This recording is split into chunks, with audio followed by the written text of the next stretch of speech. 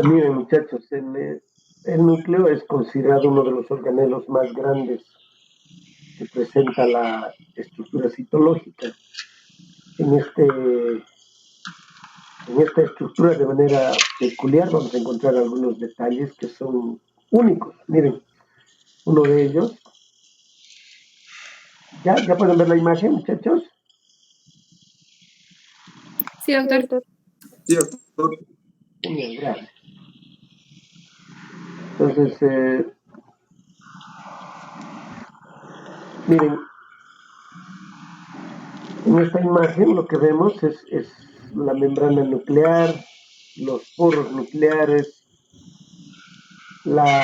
el nucleolo y el nucleoplasma.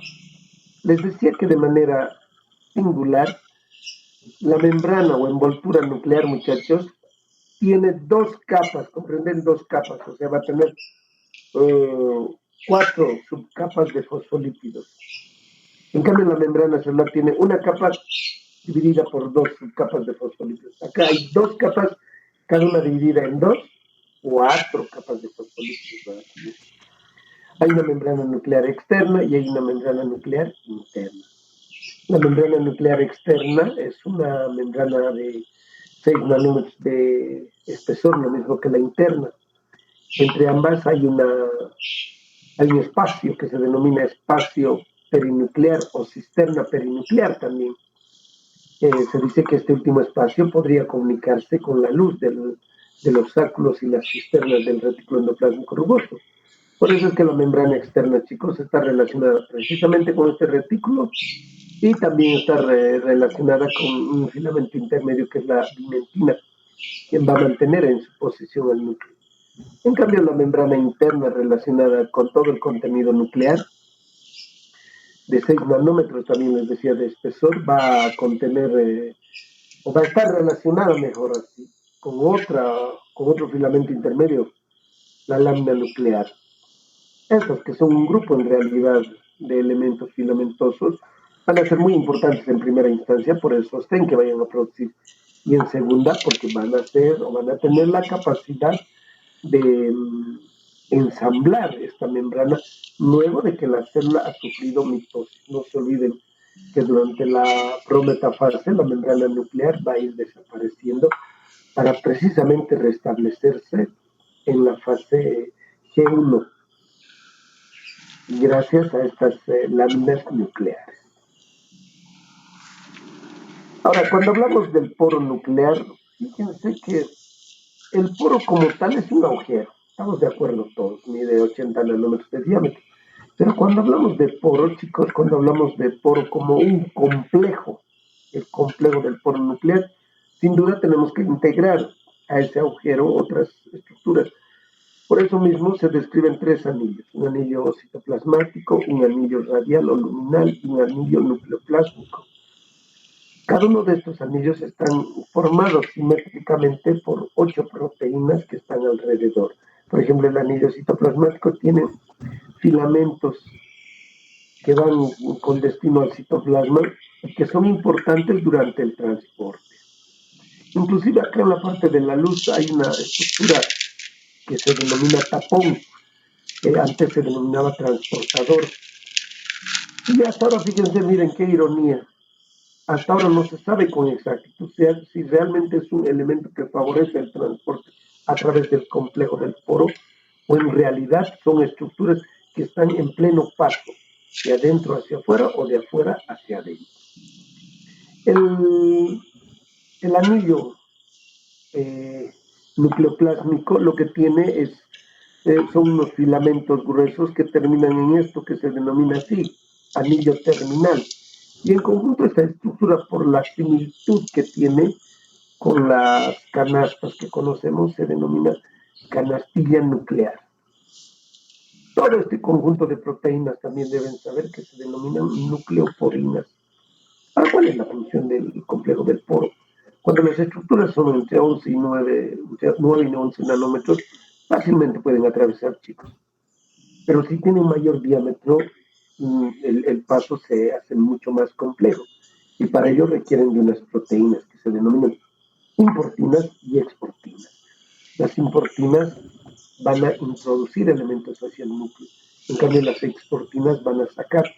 Por ejemplo, un cliente, podemos decir, asiduo de las exportinas es el RNA mensajero que de manera constante va a ir saliendo para que se pueda transcribir la información, en todo caso traducir la información.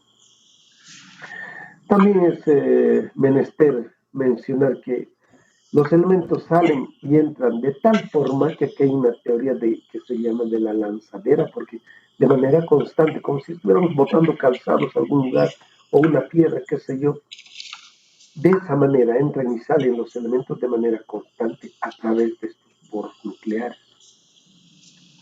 Otro elemento importante es el que está relacionado a la cromatina y a los cromosomas. La cromatina, muchachos, es el material genético que se encuentra en la interfaz. En cambio, los cromosomas son esta misma cromatina condensada y que va a ser sumamente útil en el periodo de mitosis o en el periodo de división. La cromatina, mejor, se reconocen dos tipos de cromatina, la eucromatina y la heterocromatina. La hetero es la no funcionante, la no codificante, en cambio la eucromatina es la cromatina que va a codificar. La misma está formada, miren, por una estructura similar a un collar de perlas. Miren, estas serían las perlitas. Pero en realidad el nombre técnico de estas estructuras es nucleosomas. Estos nucleosomas están formados por 8 proteínas, forman un octómero, además de esto, que es la cadena de DNA, esa doble cadena de DNA que va a dar 2 vueltas en cada una de estas estructuras proteínicas para continuar y formar otro. Por eso se dice que la eucromatina tiene aspecto de un collar. Estas histonas, que son las proteínas específicas, son la H2A, la H2B, la H3, la H4. Por eso mismo estas se dividen, o si quieren mejor, se multiplican por 2 para tener las 8 proteínas que les estoy mencionando. Y en esta zona de enlace, además de presentar el DNA, chicos, va a presentar la histona de tipo 1. Entonces, esta última no va a formar, sin duda, parte del cromosoma. Ahora, los cromosomas son todo lo que nosotros consideramos genoma. El término genoma hace referencia a la cantidad de cromosomas que tiene el ser humano. No el ser humano, muchachos. Creo que cualquier especie viviente. Ahora, esto es diferente, que nosotros tenemos un genoma donde existen 23 pares de cromosomas, como ustedes bien ya lo saben. De ellos, 22 son autosomas y hay un par que es el cromosoma sexual. En las damas representado por XX y en los varones representado por XY. Precisamente ese cromosoma sexual femenino representado por X, lo que va a hacer es condensarse. Y al condensarse, muchachos, va a formar lo que se denomina cuerpo de Barr. Es no funcionante, quiero decir. Al condensarse, sin duda va a ser una estructura no funcionante. Ahora, si nosotros queremos hablar de esta parte genética, necesariamente tenemos que hablar de los ácidos nucleicos. Tenemos el DNA. El DNA es el ácido desoxirribonucleico. Se caracteriza por ser bicatenario, significa que tiene 2 cadenas unidas, por esto que están viendo que son las bases nitrogenadas. Y para ello necesariamente tenemos que recordar lo que significa un nucleótido. Pues se dice que el DNA es una cadena pero polinucleótida muy larga, hasta de 2 metros de longitud. Un nucleótido es un segmento de DNA que contiene las bases nitrogenadas, el azúcar, que es la desoxirribosa, y los fosfatos. Estos elementos se van a ir reproduciendo de manera constante, formando estas 2 cadenas paralelas. Ahora, es importante mencionar también que una pequeña fracción de este DNA es considerado un gen. Entonces, ¿qué es un gen? Un gen es una sección del DNA que tiene la propiedad o la capacidad de sintetizar proteínas específicas. Ahora bien, a propósito de estos genes, miren, se creía que nosotros teníamos, pero 1 millar de genes, pero en la actualidad se sabe con certeza que solo tenemos aproximadamente 25.000 genes. Lo más interesante de todo ello es que apenas muchachos, de esa cantidad, solo 2% son codificados. El otro porcentaje son genes reguladores en realidad, ¿no? Entonces, fíjense que no todo lo que brilla es oro. Entonces, no van a codificar absolutamente el 98%. Los otros ácidos son los ribonucleicos. En el proceso de regular una enseñanza en el núcleo, muchachos, siempre se habló de estos 3 ácidos: el RNA mensajero, el RNA de transferencia y el RNA ribosómico. El RNA mensajero es el único de ellos que puede codificar. Estos otros son no codificantes, más bien son reguladores. Ahora, vamos a hablar un poquito del DNA y el RNA mensajero. El RNA mensajero es una plantilla, que quiere decir una estructura idéntica a una zona, una parte de la cadena abierta del DNA. Miren, acá se va a ir transcribiendo, que es la transcripción no es más que el paso de una información idéntica a la que tiene una cadena de DNA, pero reflejada en esta que es el ácido ribonucleico mensajero. Este RNA mensajero, una vez que ha concluido su formación gracias a una enzima que es la polimerasa de tipo 2, lo que va a hacer, chicos, es salir a través de los poros, va a unirse a los ribosomas y va a concluir la función a la que está destinada. ¿Cuál es la de producir cadenas de aminoácidos y por ende proteínas, ¿no? Acá recuerden también que el RNA de transferencia, de manera similar, se va a formar a partir de esta gran molécula de DNA. No sucede lo mismo con el RNA ribosómico. El RNA ribosómico, miren acá, con un tinte pálido, se está demostrando que esta zona es el nucleolo. Entonces, en el nucleolo es donde se va a transcribir la transcripción de este elemento, el RNA ribosómico, a partir de esta molécula. Va a inmediatamente favorecerse con una gran cantidad de proteínas sintetizadas en el citoplasma. Estas van a ingresar y van a formar en primera instancia las ribonucleoproteínas, que son en realidad segmentos que en el futuro van a formar las unidades pequeñas y las unidades grandes de los ribosomas, ¿no? Fíjense, estos de igual forma, miren, acá van a unirse en el citoplasma para sintetizar las proteínas. Les decía que de manera característica, de manera clásica, es que nosotros vamos estudiando estos RNAs, pero ustedes saben bien que ya no son los únicos. Hay otros RNAs, como el RNA-PIN, que es importante porque denota una disminución del marcaje de los genes que están relacionados con la formación de espermatozoides.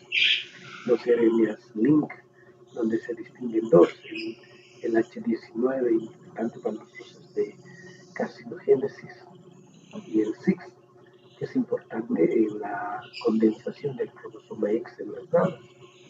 También está el microARN, importante porque va a tener la capacidad, va a tener lo mismo que el ARN de silenciamiento, de inhibir la función del ARN mensajero. Por ende, va a inhibir la formación de proteínas.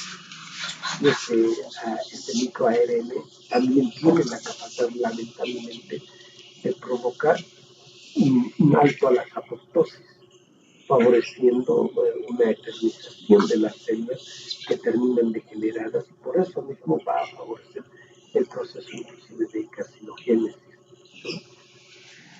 Realmente estos RNAs que se han descubierto no son nada agradables para la fisiología del ser humano. Miren, otro elemento importante análogo al citoplasma es el nucleoplasma. Ese es el elemento denso que se encuentra en la mayor parte del núcleo de la célula. Ese nucleoplasma está formado por granos de intercromatina. Estos granos de intercromatina, fíjense que va a estar formado a la vez por enzimas como la GTPase, la ATPasa, la pirofosfatasa. Sin embargo, no se ha demostrado una función específica de esto. Los granos de pericromatina están formados por partículas de proteínas nucleares heterogéneas y estos se encuentran en la región periférica. También hay partículas de ribonucleoproteínas nucleares pequeñas que están en relación al otro grupo de ribonucleoproteínas que van a favorecer la formación de un RNA específico. También tenemos acá la matriz nuclear. La matriz nuclear, muchachos, primero, tiene una estructura porcentual formada por ADN 1 a 3%, RNA 30%. También podemos encontrar proteínas en un 10%, fósforo de 2 a 5%. Esta matriz nuclear, muchachos, es importante para los procesos funcionales del DNA, pues acá se replica el DNA en esta zona. También va a ocurrir que en esta zona se van a sintetizar los RNAs. Entonces, por ello mismo es muy importante. Otra función importante es la presencia de un retículo nucleoplásmico que va a liberar y va a secuestrar calcio y de esa manera va a tener acciones junto con el inositol de mantener la información a través de estos mensajeros secundarios en todo lo que representa el núcleo y sus funciones.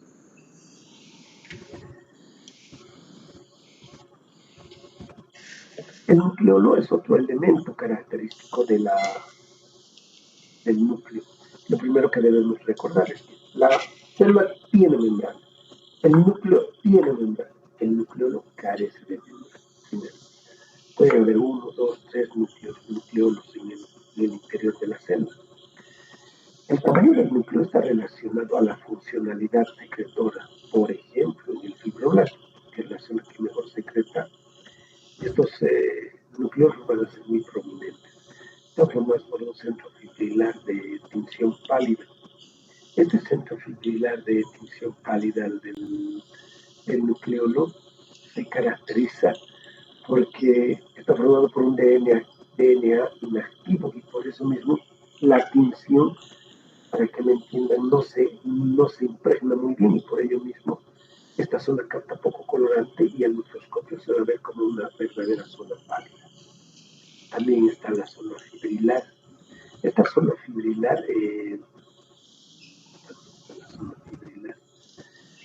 fibrilar, en realidad va a ser importante porque acá se van a sintetizar esto que estamos comentando, el RNA ribosómico. Primero como un precursor de RNA, pero por la acción de la nucleolina, la fibrilarina, sin duda va a formarse un RNA ribosómico maduro.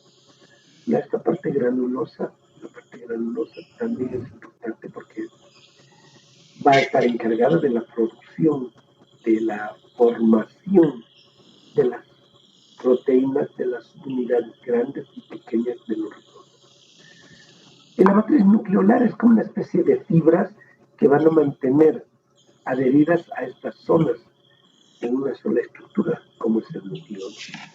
El nucleolo, por cierto, es importante a la hora de la muerte celular, a la hora de la división celular, a la hora de la exportación de elementos hacia el citoplasma. Está relacionado con varias funciones de cualquier manera. También acá va a permitir la regulación y la síntesis de RNA reguladores, muchachos. El ciclo celular es exclusivo del aspecto citológico. Si hacemos una analogía para que me entiendan, el ciclo de vida nuestro es nacer, crecer, reproducir y morir. El ciclo de las células tiene también fases.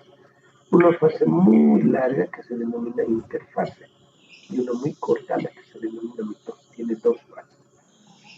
La interfase tiene a la vez tres fases, una muy larga, la G1, la S y la G2. La G1 básicamente va a caracterizarse para que la célula se integre como una estructura única y madura al resto de las células, pues ahí va a empezar a crecer, a sintetizar proteínas, a reorganizar su nucleolo, a reorganizar su membrana nuclear, ¿no?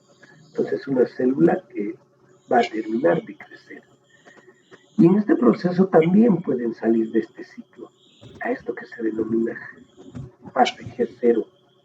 Esa fase G0 se denota como una célula súper especializada, aquella que no va a lograr dividirse a partir de la misma célula. Por ejemplo, las células musculares cardíacas, las neuronas, son muy buenos ejemplos de este proceso. La fase S de síntesis, chicos, de síntesis. Entonces, en esta fase se va a duplicar el DNA de 2N a 4N. La fase G2 es una fase que se prepara para entrar en división mitótica. Entonces, acá el aspecto funcional más importante es la producción y el almacenamiento de energía para que la célula entre en este fenómeno de mitosis. Hablando de esta otra fase que es la mitosis, miren, la mitosis es la división de las células, es la formación de dos células hijas. Esta tiene subfases, la profase, la prometafase, la metafase, la anafase y la telofase.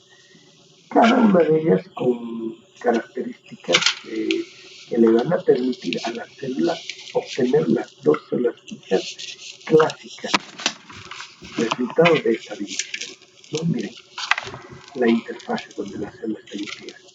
Ingresa la profase, inducida muchachos, por las ciclinas y las sinasas dependientes de ciclinas, la ciclina D va a estimular este proceso junto con la ciclina N. Acá en esta prófase vamos a observar primero una condensación de la cromatina para formar los cromosomas que hay dentro del mismo. En una segunda instancia, en la profase, lo que va a hacer es desaparecer el nucleolo. Fíjense, acá no hay nucleolo. Luego, en la prometafase, además de condensarse los cromosomas, lo que sucede es una lisis de la membrana nuclear. Por eso mismo pueden apreciar en esta imagen cómo estos cromosomas se disponen de manera irregular, al azar, básicamente en toda la célula, en todo el citoplasma de la célula. En una fase siguiente, que es la metafase, van a estar en una sola línea, la línea del ecuador. Se van a alinear, muchachos. Y fíjense cómo a través de las fases acá está todavía de una manera muy simple, acá ya hay desarrollo de tubulinas y se van formando los microtúbulos para formar esto que se llama uso muscular, ¿no? El uso muscular va a determinar la división de las células. Es por eso que para células cancerígenas y para evitar la formación de estos microtúbulos se usan medicamentos como la colchicina, que elimina básicamente al microtúbulo y por ende elimina la división de las células. Por lo mismo las células cancerígenas no se van, o por lo menos van a tener dificultad para dividirse. En esta metafase entonces se alinean y luego ya entrando a la anafase, fíjense cómo, para que me entiendan, los microtúbulos jalan en los dos sentidos para llevarse a las cromátides, que son hermanas unidas por un centrómero, se dividen para ir a los extremos. En la anafase, que está mucho más adelantada, vamos a encontrar ya los cromosomas llegando a los extremos. En la anafase tardía, de manera paralela, empiezan a aparecer inclusive esbozos de lo que va a ser el surco de segmentación. Hecho que en la telofase se va a notar mejor, miren, acá está el surco de segmentación y va a empezar a dividirse la célula para dar origen a esto, las dos células hijas con un número diploide de cromosomas. No se olviden que en la fase S se ha duplicado la cantidad de material genético y por eso reciben un número diploide. Esto es lo que sucede en las células somáticas. Las células sexuales tienen un proceso similar, pero se denomina meiosis. Por un lado, por otro lado, tal vez la diferencia radica en que no hay una sola división meiótica, sino hay una primera división meiótica y una segunda división meiótica. De ello lo que vamos a distinguir, porque generalmente los pasos son los mismos, ¿no? Vamos a distinguir en la primera división meiótica, que es una división reductorial, en la prófase diferentes subfases, el leptoteno, cigoteno, aquiteno, el diploteno y la diocinesis. 5 fases que van a permitir madurar a los cromosomas, además de intercambiar el material genético en un proceso que se denomina crossing over o quiasma. Precisamente este fenómeno de intercambio de material genético entre el cromosoma de la madre y del padre, lo que va a permitir es el mantenimiento de una variabilidad genética. ¿Qué significa esto? Miren, que los hijos de un padre y de una madre todos sean distintos, porque siendo que sus cromosomas van a ser idénticos, si no habría este proceso de crossing over, todos los hermanos serían idénticos. Ustedes mirarían al frente a su hermano mayor o menor, sería básicamente lo que ustedes están viendo en ellos, son ustedes mismos, ¿no? Entonces, este proceso va a evitar este fenómeno que a mí me parece gracioso.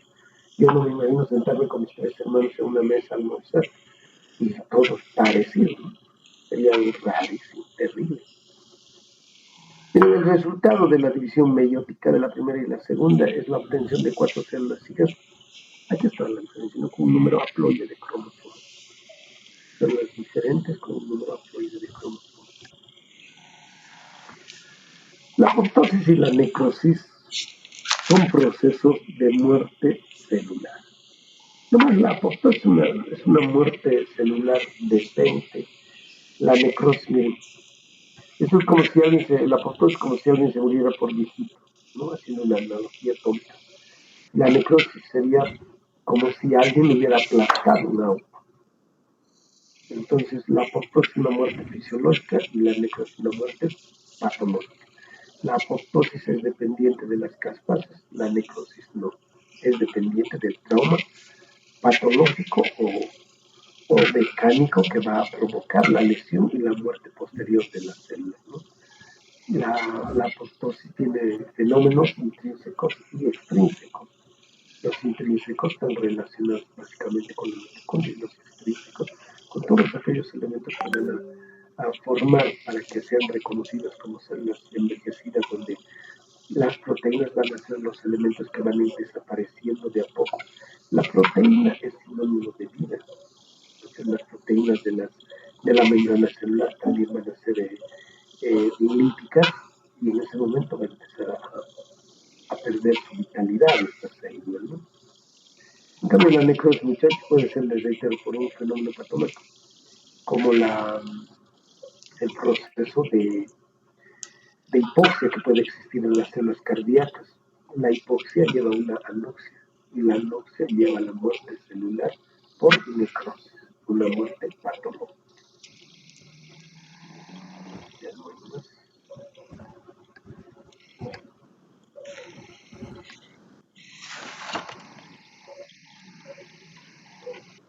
A ver, muchachitos, vamos a empezar con Cristian. Cristian, Sí, doctor, presente. ¿cuáles son las características de la producción del RNA ribosómico? Bueno, las características del ARN ribosómico es que este se va a producir en el citoplasma y va a viajar a través de poros nucleares hacia el núcleo. Este principalmente va a ser para la producción de ribosomas, que se van a acoplar también con la formación de proteínas, ¿no? Y hay dos tipos de ARN ribosomal, uno que es 48S, si no me equivoco. Es mayor el número. Y este se va a formar gracias a la ARN polimerasa 1. Y hay otro ARN que está sonoro, que no recuerdo, creo que 5S, y es con el que se une para que estos formen un ARN como más fuerte. Y Lorena, Thais, eso sería. ¿está bien lo que tu compañero ha manifestado? Doctor, ¿Está bien todo lo que tu compañero ha manifestado respecto al RNA ribosómico? sí, doctor. Igual hay diferentes ribosómicos, igual hay de 18S, si no me equivoco, y se tienen su propio, como estaba diciendo, hay la polimerasa 2, 3 y 1, si no me equivoco, que es lo que sintetizan estos. Tu compañero dijo que el RNA ribosómico se sintetiza en el citoplasma de la célula, ¿está bien? Sí, doctor. Lucía Villarroel, ¿es correcto esto? No, doctor, se sintetiza en el núcleo, no, ¿qué estoy diciendo? En el nucleolo. Ahora explícanos el proceso. Ya, ¿Está a bien? ver, del ribosómico, ¿verdad? Existe la polimerasa 1, que esta va a ayudar a su síntesis en el nucleolo, como ahorita mencionaba, y se va a formar el pre-ARN ribosómico, y este ya se va, y de ahí este va a tener el 45S, que mencionaba Cristian, y de ahí este va a dividirse, no dividirse, sino que va a ir en su desarrollo y hasta llegar a formar las subunidades mayores y menores. Y esas ya tendrían lo que decían de 18S, 5S y 8.5S, el grande, y el pequeño 5S, si no me equivoco.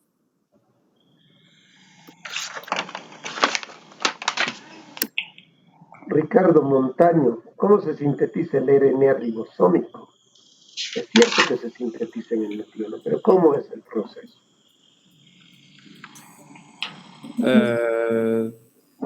No sé, doctor, el proceso.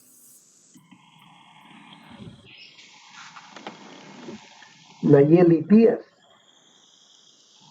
¿cómo se sintetiza el RNA ribosómico? Acabo de mencionarles, se sintetiza en el nucleolo.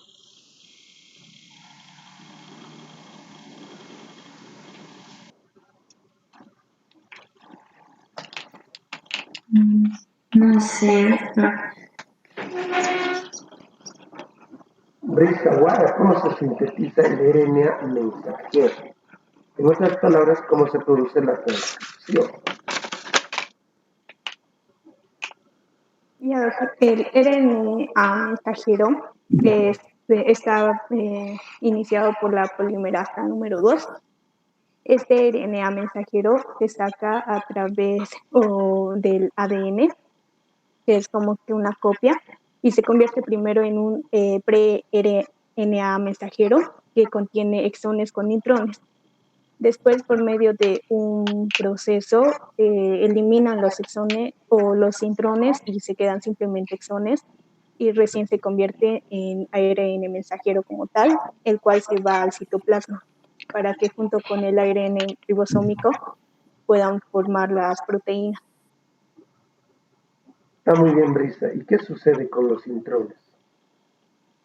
Los intrones, antes se decía que no se ocupaban, pero después dijeron de que los intrones pueden ser como una especie de control, si no me equivoco. Leticia Gabriel, ¿qué sucede con los intrones?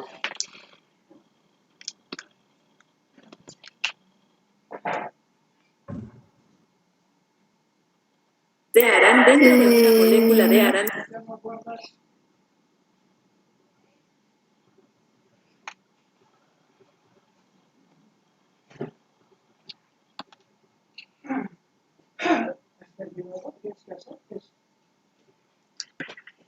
Si quieres hablar, puedes activar tu micrófono, Leticia.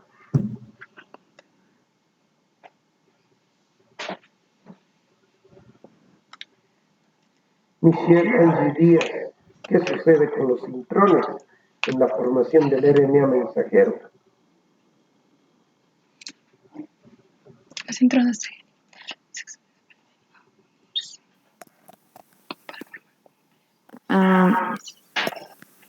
Según lo que leí o a lo que me acuerdo, creo que también se cree que cumplían funciones reguladoras.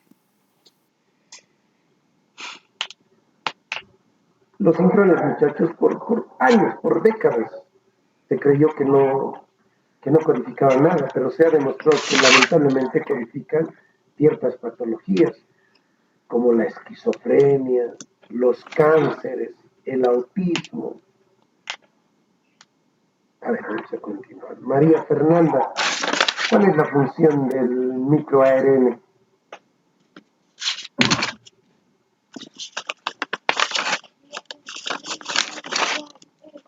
Tu micrófono está inactivado, María Fernanda.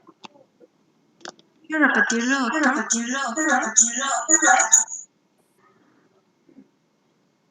¿Cuál es la función del microARN? No lo sé, doctor. A ver, vamos acá. Sergio, ¿cuál es la función del microARN? Son ARN reguladores.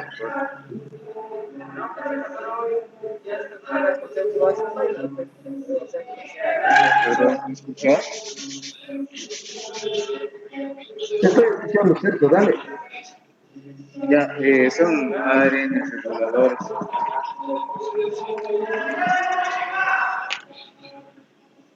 Son ARN reguladores, creo que dice, pero ¿cuáles son sus funciones? Sí, tiene la capacidad de regular la expresión de los genes, creo, con ribonucleoproteínas, creo.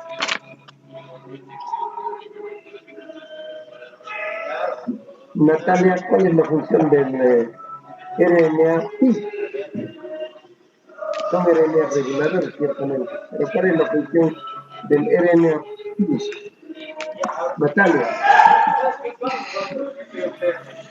Doctor, si no me equivoco, ayuda a lo que es poner marcas epigenéticas, a lo que me acuerdo. Pone lo que son marcas epigenéticas y también es un tipo de ARN regulador. ¿Dónde se encuentra? Si te acuerdas, tal vez así puedes responderme de manera correcta.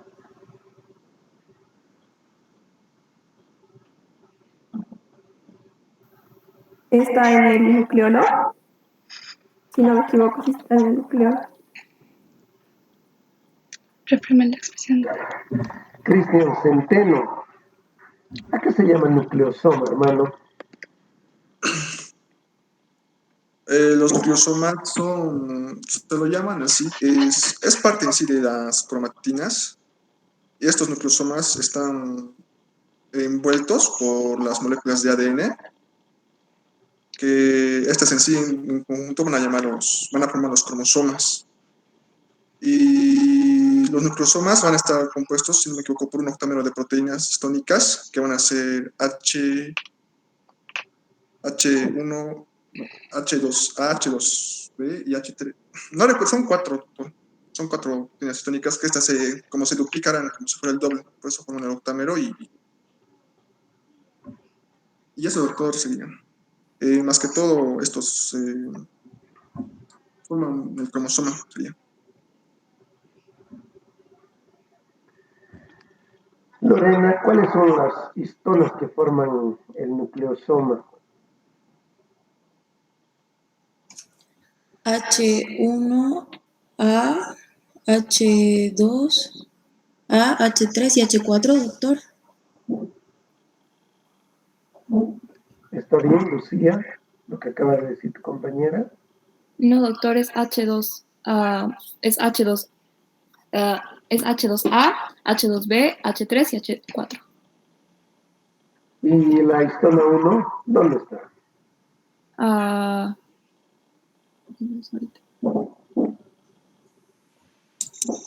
no me acuerdo exactamente, pero no participa en esto que es el empaquetamiento de la cromatina. Está también presente, no solamente se encuentra en las zonas de enlace. En cambio, las otras se van a encontrar en el nucleosoma mismo, ¿no? Brisa, ¿cuáles son las funciones del nucleolo? Las funciones del nucleolo son uno para sintetizar el ARN ribosómico gracias a la polimerasa 1. Después también no creo que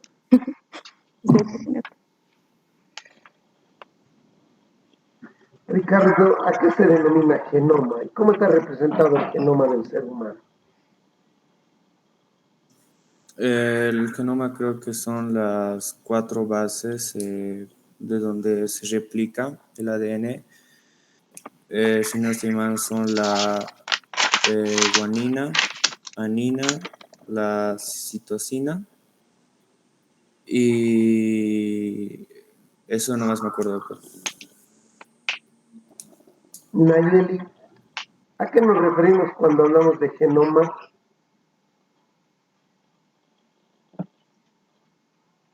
Sergio, ¿qué es el genoma? El genoma es la cantidad de genes que tiene una especie, en este caso la especie humana estaría compuesta de 22 autosomas y un par de cromosomas sexuales. Está muy bien. Entonces, la cantidad de cromosomas que el ser humano tiene, ¿no? Cuando se refiere a Sí. especie. ¿Qué es un cuerpo de Barr, Sergio? Un cuerpo de Barr son los cromosomas sexuales que están altamente condensados en partes específicas del cuerpo. O sea, en tejidos específicos. ¿Como cuáles? Puede ser en creo que está en la mucosa bucal, si no me equivoco, de las mujeres. Claro, el cromosoma X, sin duda, solo lo vamos a encontrar en las damas, ¿verdad? Sí. No podríamos describir en los varones porque es un cromosoma X condensado. No.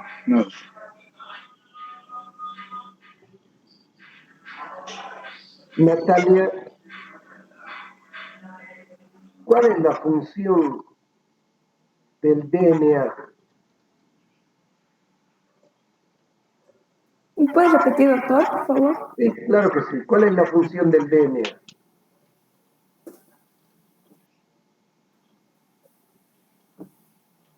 Del ARN, perdón. Sí. No le escucho muy bien. La función del ARN va a estar implicado en la síntesis de proteínas. Del ADN. Lleva lo que son toda la información genética del ser humano y contiene lo que son los genes que se pueden expresar y asimismo también se utiliza para lo que es la transcripción del ADN en ARN para utilizar después el ARN para la síntesis o la traducción de proteínas. Ya, muy bien. Y a ver, hablamos de los genes. ¿Qué es un gen? ¿Cuántos genes tenemos? Todos sobre los genes. Ya, a ver, antes, ya, sabe que los genes van a ser como secuencias del ADN. Se creía que había hasta 100.000 genes, pero se ha hecho un estudio y se ha visto que solo hay como 25.000 genes. Y estos 25.000 genes pueden como que transcribir las proteínas hartas, o sea, específicamente puede ser una proteína o varias proteínas. Eso es lo que me acuerdo. María Fernanda, ¿cuáles son las funciones de la matriz nuclear? Disculpe. ¿Cuáles son las funciones de la matriz nuclear? Las funciones son la división y también para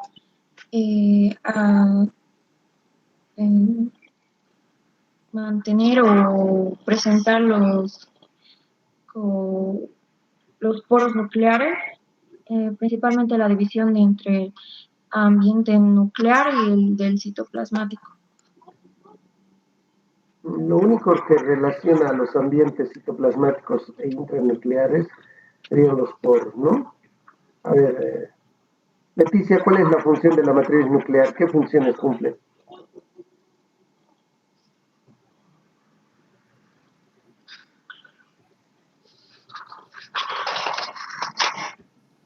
Michelle, ¿cuáles son las funciones de la matriz nuclear?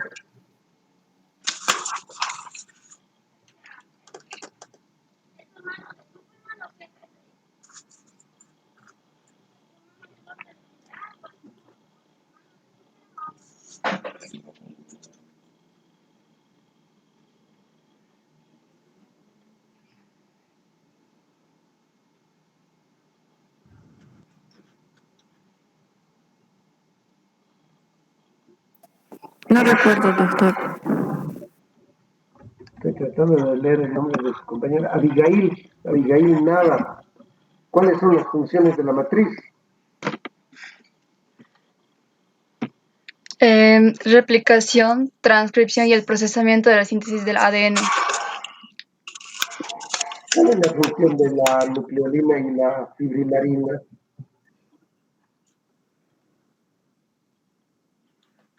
¿Puedes repetir, doctor, por favor?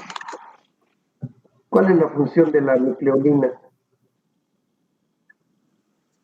No sé, doctor. Muchachos, nos vemos la próxima semana. Vamos a hacer tejido epitelial. Van a darle una leída a tejido epitelial, todo lo que son membranas, glándulas, especialidades, o como llaman el libro, dominios apicales, dominios laterales, dominios basales. ¿Sí? Ahora les voy a mostrar unas láminas de célula.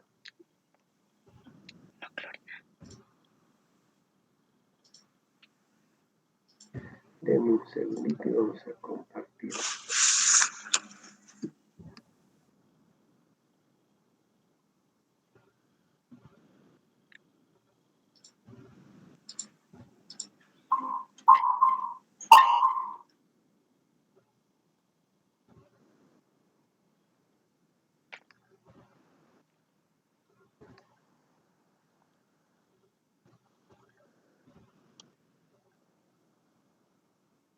Vamos a ver ahora, en realidad en la parte práctica lo que tenemos que ver es que de manera específica en la célula, muchachos, de manera específica en la célula, quiero que vean las técnicas y los contrastes que puedan formar estas técnicas para poder apreciar los elementos propios de la célula. Miren, acá, por ejemplo, tenemos una tinción específica para la sangre, como es la de Meigrun-Walchiemsa. Y esta célula que están observando es el eosinófilo. El eosinófilo, muchachos, no es una célula con dos núcleos. En realidad es una sola célula con dos lóbulos. Fíjense, acá hay una hebra nuclear que está uniendo. Entonces, son dos lóbulos y por eso mismo es una célula binucleada. Acá se puede distinguir muy bien el citoplasma, mejor el núcleo, además de los elementos citoplasmáticos. Todo el resto, chicos, es el citoplasma. Y esta tinción de Meigrun-Walchiemsa nos deja también observar muy bien estos gránulos que se denominan gránulos específicos. Los eosinófilos tienen gránulos específicos y tienen también gránulos azurófilos representados por lisosomas. Los gránulos específicos van a contener enzimas que van a permitir realizar las funciones. Ahí están la proteína básica mayor, la proteína catiónica, que son factores que van a destruir a los parásitos. Su función es destruir a los parásitos. No pretendo que aprendan el eosinófilo en esta clase, no es mi objetivo. Solo quiero que vean cómo está constituida una célula y cómo es posible que las células sean distintas unas de otras. Miren, esta otra célula es totalmente distinta en estructura, en función. Esta es una coloración de azul de toluidina que se usa muy bien en los tejidos nerviosos. Y lo que estamos apreciando acá es el cuerpo de la neurona y por acá está el núcleo. Miren, el núcleo de la neurona y en el fondo el nucleolo. Las neuronas son bien difíciles de tratar, muchachos. Acá podemos observar las prolongaciones dendríticas. Las mismas sirven para recepcionar estímulos. Y hay una que va a continuar esta recepción de estímulos. Y se origina de esta zona que se denomina cono axónico. Este es el axón. Este es el axón que va a transmitir el impulso. Miren, acá un poco la técnica del azul de toluidina no nos va a permitir diferenciar con mucha claridad, como acabamos de ver en el eosinófilo, el núcleo del citoplasma. Casi podemos decir va a teñir de manera homogénea todas las estructuras. Acá tenemos una célula teñida con hematoxilina y eosina, el hepatocito. El hepatocito, muchachos, es una célula, fíjense, que presenta un núcleo que acá está teñido de azul y su citoplasma está teñido de rosado. Y más aún, el nucleolo está teñido de un tono intenso. Quiero comentarles que los hepatocitos en un 75% son células mononucleadas y en un 25% son binucleadas. Por eso mismo este 25% de células hepáticas suelen ser incluso poliploides. Entonces esta es una célula binucleada. De las pocas, por cierto, que hay en nuestro organismo junto con esas que se distinguen como las células o fibras cardíacas. Acá fíjense, tiene dos núcleos. Y el contraste perfectamente nos muestra el núcleo comparado con el citoplasma rosado. Acá a través de una técnica ya donde han usado la tecnología, donde se usa la tecnología, podemos observar en este espacio que se denomina laguna, miren, alrededor hay un halo claro. Este espacio claro les decía que es la laguna. Y la célula que pueden observar acá es el condrocito, célula madura del cartílago. Todo esto que están viendo de color azul es el citoplasma y acá está el núcleo. Son células ovaladas que tienen todavía características mitóticas y por eso mismo permiten que el cartílago pueda renovarse o pueda crecer, reitero, gracias a la presencia de estos condrocitos. Creo que ayer o anteayer, no recuerdo con exactitud, muchachos, ya he colgado estas imágenes en la plataforma. Voy ahora a comentarles un par de cositas. Lo que quiero que hagan es tomar de estas imágenes que han visto, dos, las que más les gusten, cualquiera, dos. Por ejemplo, si su compañero Sergio elige el condrocito y la neurona, no hay problema. Otro puede elegir el eosinófilo y el hepatocito, no hay inconveniente. Después de célula, tienen dos hojas. En cada una deben dibujar una de las células.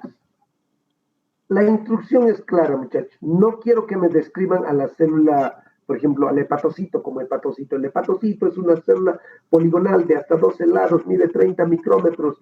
Habitualmente tiene un núcleo, excepcionalmente presenta 2, tiene una cantidad impresionante de mitocondrias, aproximadamente de 2000.